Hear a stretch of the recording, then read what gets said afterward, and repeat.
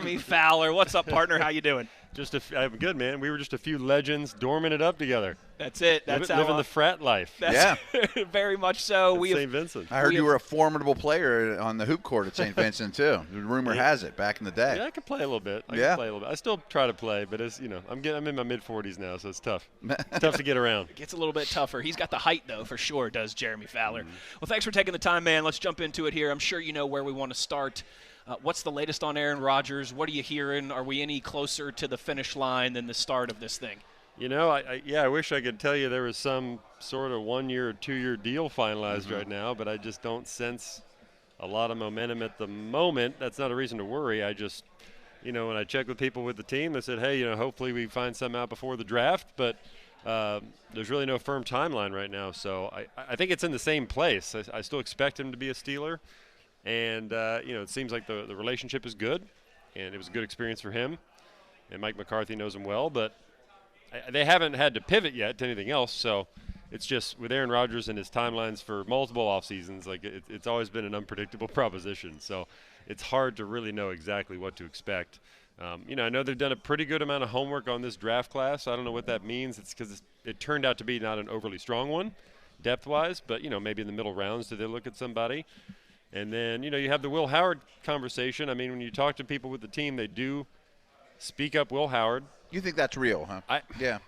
They're at least enthusiastic about him. Probably, right. I think there are layers to it. It's a layer discussion. Do I think that they're high enough on him where he's got to start right now? No. But I was told they were really impressed by how he handles the huddle, how he handles the operation. Like, he was ahead of the game with that stuff, with, like, the nuances of the position. So because of that, they do like him. Now, do I think they're ready to start him? No. But, it's somewhere in the middle. Are they overselling him a little bit in the absence of Aaron Rodgers? Maybe. But I do think there's genuine interest in what he can do and how he can develop. So you mentioned pivoting away from Rodgers. You didn't have any inclination that they were in on Kyler Murray, or they would go to a Cousins or a Carr or anything like that if Rodgers fell through? Or maybe that is a possibility at this point. I just haven't heard anything hard and fast with that. I definitely don't think they were in on Kyler Murray or any of the quarterbacks that signed, Geno Smith. So, you don't think Willis was ever across your mind really either, huh? That was the one I thought is different than all the rest. Yeah, I think they evaluated it, but I never got the sense they were going to be in on it. It was really Miami, Arizona for that one was my sense all along. Yeah, that's what I heard. It'll be interesting to see what the Rams do, because it looks like they'd like to bring back either Garoppolo or maybe sign Kirk Cousins as a backup. Whoever doesn't sign with the Rams, they'll still be out there. Does Pittsburgh just want to get a guy? Maybe Cousins to the Raiders.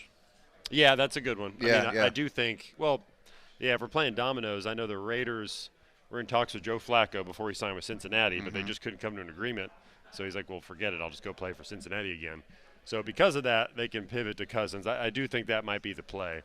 But does Pittsburgh want to get involved with one of those two guys is just to have an extra option?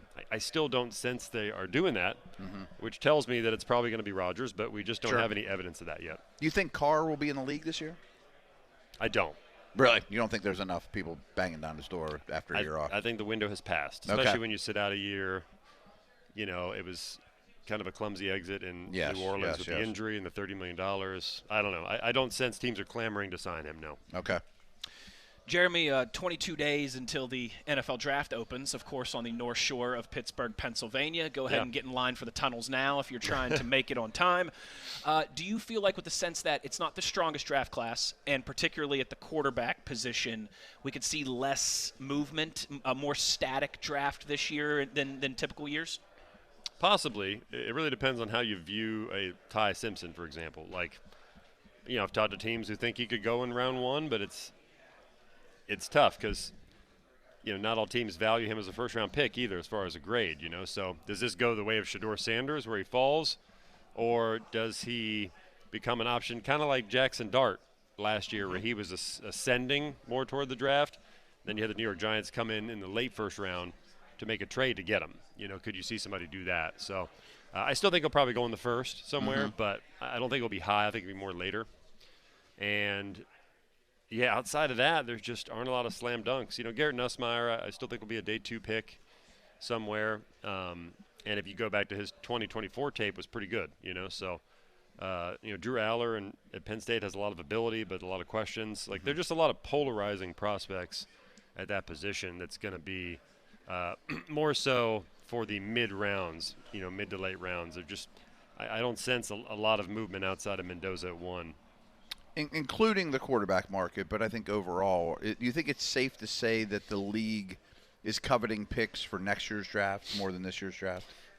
It does like seem if the that Steelers way. Can dump a third rounder for a second rounder next year, it might be harder to swing than you think. It does seem that way. It's funny. I feel like I hear every year from other teams like, oh, it's not a really strong draft, and they're only like 10 next or 12, draft's better, right? 10 or 12 first-round picks, and next year's draft is better. Yeah, I feel like that's the conversation a lot. And this year's draft was supposed to be a good quarterback draft if you asked people 8 months ago. Yep.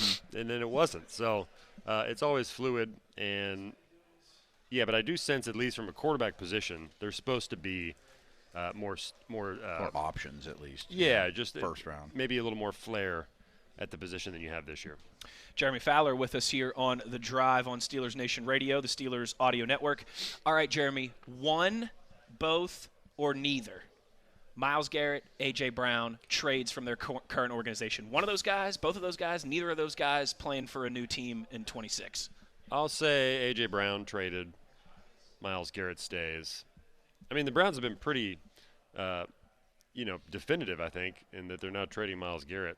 Maybe there's a little wiggle room there. It's just hard to believe because they're not a good team, and you figure he can go somewhere and win. But really cash in on him now, yeah. Mm-hmm. Yeah, just I don't know. It doesn't make a lot of sense for them to trade him. He's clearing away their best player. He's still good enough to help win games on his own at times. And the Browns do, even though they're in transition, they do expect to be better offensively this year. So it doesn't make a lot of sense. A.J. Brown, that's been building for months. I've talked to people with other teams back in October and November who were sort of projecting that they would have to trade him. And Howie Roseman's message this week is, well, A.J. Brown's an Eagle for now, and that's all I can say. Well, a month ago he was saying, you don't want to trade away really good players. Yep. So the tune is different now, where it seems like it's inevitable, I would say. It just depends on when. But I don't think he wants to be there either. So it just makes sense to move on at this point. Last thing I got for you is along those lines, too, is do we think Maxx Crosby is now a Raider and not going anywhere? Well, yes. I would say the draft is always a time where things can heat up a little bit. If we're talking about timelines, right now it's sort of dormant. Late April, does somebody make a move at him, try to buy low on him a little bit compared to what the Ravens would have given up with the 2 first-round picks? I don't think the Raiders want to do that at this point because they know they can't get a great return, and it didn't work out. You have the stigma of the knee issue, but then you also have a really good player back in your building. So it seems like both sides are willing to move forward with each other for now. And then, but you never know. If it's like a trade deadline thing. The Lions call them at the trade deadline, and you can still have them. Yeah, there's a scenario that is workable, right? If you go into the season, he shows he's healthy, training camp early in the year, playing really well. Got 5 or 6 sacks. Yeah, the knee's not an issue. Then maybe you do it at the deadline. I think that probably makes the most sense. One more for you before we let you go, Jeremy. What's your temperature gauge, heat check on this standoff between the league and the NFL Referees Association? Are we going to have another replacement ref scenario? Is it still just in the posturing and the kind of narrative phase of this, and you think something will get done before the season? What's your confidence level on all this? Man, well, I think it is some posturing going on, yes, but the league is prepared to hire replacement refs, and they're prepared to do it here pretty soon. So that does apply some pressure.